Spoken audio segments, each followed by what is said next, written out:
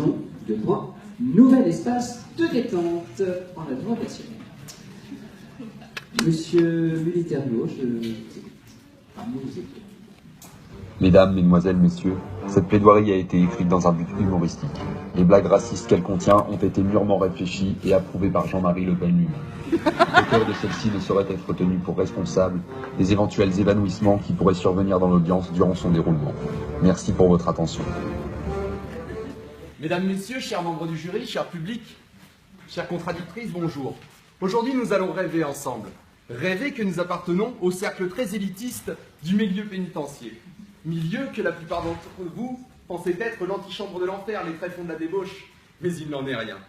Et c'est dans le but de vous prouver que la prison est désormais un véritable espace de détente que j'ai intégré pour vous les étroites cellules d'un centre pénitentiaire. La tâche fut rude, n'ayant jamais commis de crime ou de délit et n'étant ni noir ni arabe, je n'avais presque aucun moyen de pénétrer ce cercle dont tout le monde parle, mais que personne ne connaît.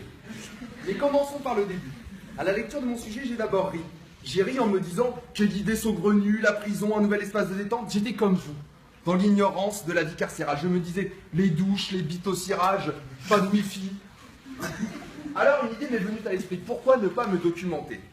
Écouter du Johnny, regarder toutes les saisons de Prison Break, et puis j'ai rapidement compris que faire ce choix aurait été aussi débile que d'apprendre l'anglais avec Dora, ou encore la littérature avec Marc Lévy.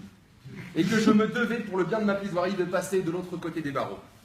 J'ai affronté là un obstacle de taille, puisqu'il n'est pas de toute facilité de nos jours d'aller en prison. J'ai donc choisi de contacter Mohamed, un très bon ami noir. Mohamed m'a fait comprendre qu'il était impossible pour lui de me faire rentrer en prison, malgré ses nombreux contacts sur place, et que je devais me tourner vers un juge, ce que j'ai immédiatement fait. Après avoir pris contact avec un juge, celui-ci m'a demandé, pour attester de mon admissibilité, de lui envoyer un CV, une lettre de menace. Je m'exécute. Dans les 24 heures qui suivirent, j'étais jugé et enfermé. Dès mon arrivée, face à les miradors et les murs d'enceinte blancs immaculés, je me suis dit que les charges allaient être salées et que cette semaine allait amincir mon compte en banque.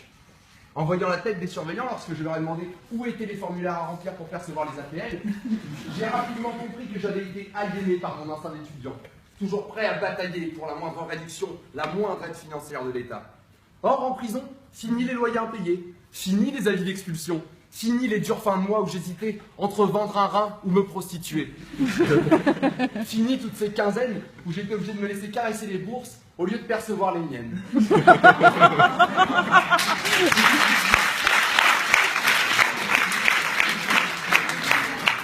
J'ai rapidement compris que je me trouvais dans un endroit où l'argent n'était plus un souci. La prison, par-delà ses murs et ses cellules, m'apparaissait comme un endroit de bien-être et de détente, où je remarquais d'ailleurs à l'instant l'absence de femmes. Un monde sans femmes. C'est d'abord la panique qui me sauta au cou, puis la sérénité. En effet, cela changeait la donne. Pas besoin d'hygiène abusif, pas besoin de classe, pas besoin de manière, quelle jouissance de péter en public au milieu des blocs. De même que pour les vêtements, fini les jeans trop serrés pour mettre en valeur mes sublimes fesses.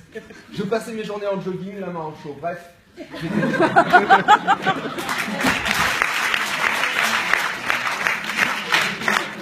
alors, vous m'entendez déjà certains dire, oui, la violence en prison, tout ça, alors je vous arrête tout de suite. La raison qui explique la violence en prison tient en 4 mots. Libération pour bonne conduite. Eh bien oui, ces 4 mots sont pas le seul, la crainte de tout détruire. Quel enfant rêverait de quitter Disneyland à 14h alors que la parade n'a même pas commencé? La prison, on l'aime et on y reste. Et quand c'est fini, on fait tout pour y retourner. Parlons vrai, parlons amalgame. Pendant cette semaine, j'ai partagé ma cellule avec un dénommé Mamadou. Noir, musulman et multirécidiviste, ça va de soi. Mais Mamadou n'était pas pour autant méchant, il était même très affectueux avec moi. Il m'appelait demi-portion. C'est d'ailleurs seulement après m'être rendu aux urinoirs avec Mamadou que j'ai compris le sens de ce surnom.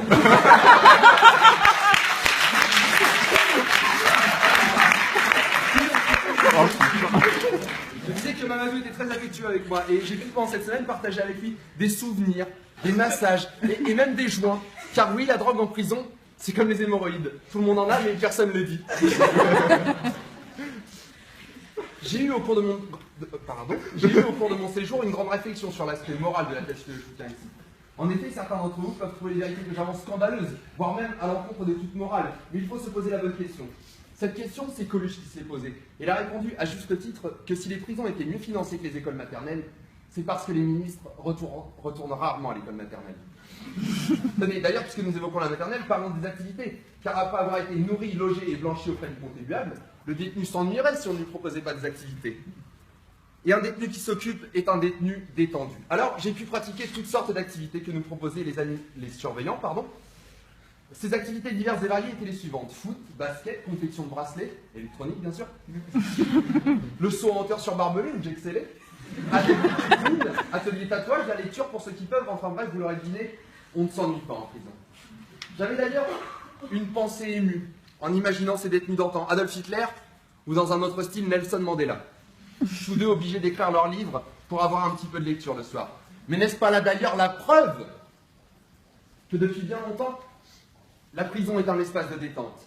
Car si Hitler n'avait pas été incarcéré et avait suivi le rythme métro-boulot-dodo, aurait-il trouvé le temps d'écrire Mein Kampf? Et ce seraient alors ses idées qui seraient parties en fumée. Et non pas une million d'innocents. J'ai noté lors de mon incarcération la déconnexion totale avec le monde extérieur, qui est en soi une des raisons de l'enfermement des personnes. Je disais donc ce monde dont tout le monde se plaint, rempli d'angoisse et de crainte dans lequel nous vivons. Le détenu, lui, s'en fout.